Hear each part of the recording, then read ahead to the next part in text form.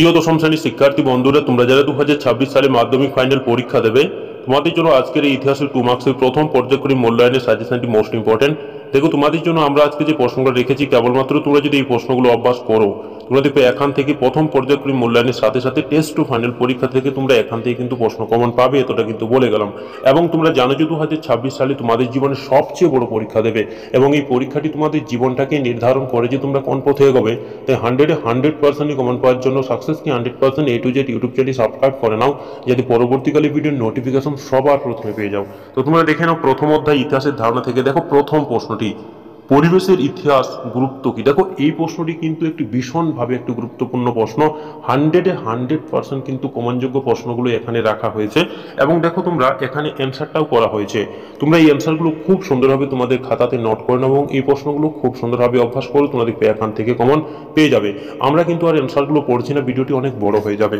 তারপরে প্রশ্নটি দেখো, খেলার ইতিহাসে 1911 খ্রিস্টাব্দটি বিখ্যাত কেন। দেখো এই প্রশ্নটিও একটি মোস্ট ইম্পর্টেন্ট প্রশ্ন। পরে প্রশ্নটি দেখো, ইতিহাসের উপাদান রূপে সংবাদপত্রের গুরুত্ব কি। Most important. ব্রিটিশ সরকার কেন 1898 খ্রিস্টাব্দে সম্প্রকাশ সাময়িক পত্রের প্রকাশ বন্ধ করে দেন। Most important. পরে প্রশ্নটি দেখো, আত্মজীবনী কিভাবে ইতিহাসের উপাদান হিসেবে ব্যবহার হতে পারে। মোস্ট ইম্পর্টেন্ট কিন্তু এই প্রশ্নগুলো। তারপরে প্রশ্নটি দেখো, আধুনিক ভারতে ইতিহাস রচনার প্রধান উপাদানগুলি কি কি। নিম্নবর্গীয় ইতিহাস চর্চার আলোকপাত করেছেন এমন দুইজন ঐতিহাসিকের নাম লেখো, অথবা নিম্নবর্গীয় ইতিহাস চর্চা কি।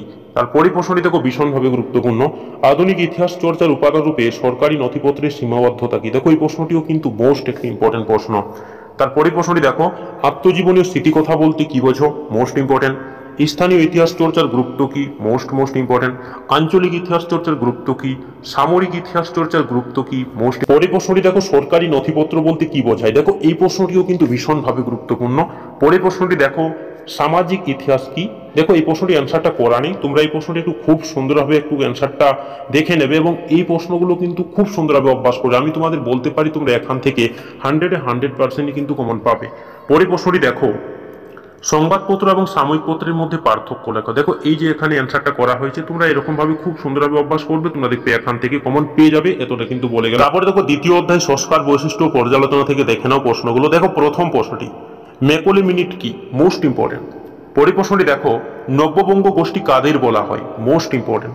তারপরে প্রশ্নটি দেখো, ব্রাহ্মণ সমাজে যে কোনো দুটি সমাজ সংস্কারমূলক কাজ উল্লেখ করো, এবং ব্রাহ্মণ সমাজে দুইজন নেতার নাম লেখো। Most important.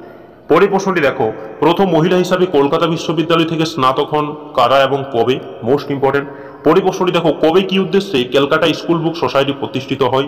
হাজি মোহাম্মদ মহসিন কে ছিলেন। Most important. ডেভিড হেয়ার স্মরণীয় কেন। ভারতবর্ষ ব্রাহ্মণ সমাজ বিভক্ত হয় কেন। Most important. নব্য বেদান্ত কি। Most important. মেকলে মিনিট কি। নৌবিধান কি। Most important. তারপরে প্রশ্নটি দেখো ভীষণভাবে গুরুত্বপূর্ণ, এদেশে পাশ্চাত্য শিক্ষা বিস্তারে খ্রিস্টান মিশনারিদের প্রধান উদ্দেশ্য কি ছিল। শ্রীরামপুত্রী কারা। দেখো এই যে প্রশ্নগুলো দ্বিতীয় অধ্যায় থেকে তোমরা দেখবে, এবং এই প্রশ্নগুলোই করে নিয়ে যাবে, তোমরা দেখবে এখান থেকেই কমন পেয়ে যাবে, এতটা কিন্তু বলে গেলাম। প্রথম পর্যায়ক্রমিক মূল্যায়নের সাথে সাথে টেস্ট এবং ফাইনাল পরীক্ষাতেও কিন্তু তোমরা এখান থেকেই কমন পাবে। তারপরে দেখো তৃতীয় অধ্যায়, প্রতিরোধ বিদ্রোহ ও বৈশিষ্ট্য ও বিশ্লেষণ থেকে তোমরা দেখে নাও এই প্রশ্নগুলো। দেখো প্রথম প্রশ্নটি, মুন্ডা বিদ্রোহের প্রধান লক্ষ্য কি ছিল। এই প্রশ্নটি মোস্ট ইম্পর্টেন্ট। পরে প্রশ্নটি দেখো, বিপ্লব বলতে কি বোঝায়। পরে প্রশ্নটি আরো গুরুত্বপূর্ণ, নীলকররা নীল চাষীদের ওপর কিভাবে অত্যাচার চালাতো তা সংক্ষেপে আলোচনা করো। Most important. তারিখ-ই মোহাম্মদিয়া কি। Most important. বিদ্রোহ কাকে বলে। ফরাজি আন্দোলন কি নিছক ধর্মীয় আন্দোলন ছিল। Most important. পাগলাপন্থী কাদের বলা হয়। দুদু মিয়া স্মরণীয় কেন। Most important. নীল বিদ্রোহে খ্রিস্টান মিশনারিদের ভূমিকা কি ছিল। Most important. খুদকাঠি প্রথা কি। নীল বিদ্রোহে হরিশ্চন্দ্র মুখোপাধ্যায়ের ভূমিকা কিরূপ ছিল। Most important. ওহাবি আন্দোলনের ব্যর্থতার দুটি কারণ লেখো। চুয়ার বিদ্রোহ 1798 থেকে 99 খ্রিস্টাব্দে গুরুত্ব কি ছিল। Most important. তারপরে দেখো কোল বিদ্রোহের দুটি কারণ লেখো। Most important. পরে প্রশ্নটি দেখো আরো গুরুত্বপূর্ণ, নীল কমিশন কি উদ্দেশ্য এবং কতজন সদস্য নিয়ে গঠিত হয়। পরে প্রশ্নটি আরো গুরুত্বপূর্ণ, ঔপনিবেশিক বাংলায় ধর্মের ছত্রছায়ায় সংগঠিত দুটি কৃষক বিদ্রোহের নাম লেখো। দেখো এই যে প্রশ্নগুলো বললাম, এই প্রশ্নগুলো তোমরা যদি খুব সুন্দরভাবে অভ্যাস করো, প্রথম অধ্যায়, দ্বিতীয় অধ্যায় এবং তৃতীয় অধ্যায় থেকে তোমাদের প্রথম পর্যায়ক্রমিক মূল্যায়ন থেকে প্রশ্ন আসবে।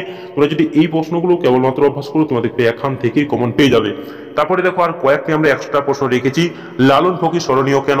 শহরে ইতিহাস চর্চা বলতে কি বোঝো। ভারতে শিক্ষার ইতিহাসে 1813 খ্রিস্টাব্দে শোধন আইনের গুরুত্ব কি।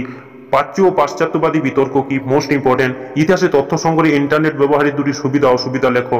মহাপেজখানা কাকে বলে, কোন সময়কে কেন বঙ্গদর্শনের যুগ বলা হয়, পাইকান জমি কি। দেখো এই যে প্রশ্নগুলো বললাম, এই প্রশ্নগুলো তোমরা যদি কেবলমাত্র অভ্যাস করো, তোমরা দেখবে এখান থেকে প্রথম পর্যায়ক্রমিক মূল্যায়নের সাথে সাথে টেস্ট এবং ফাইনাল পরীক্ষাতে তোমরা এখান থেকে প্রশ্ন কমন পাবে। এতটা কিন্তু বলে গেলাম, তোমরা এই প্রশ্নগুলো খুব সুন্দরভাবে অভ্যাস করবে। ধন্যবাদ।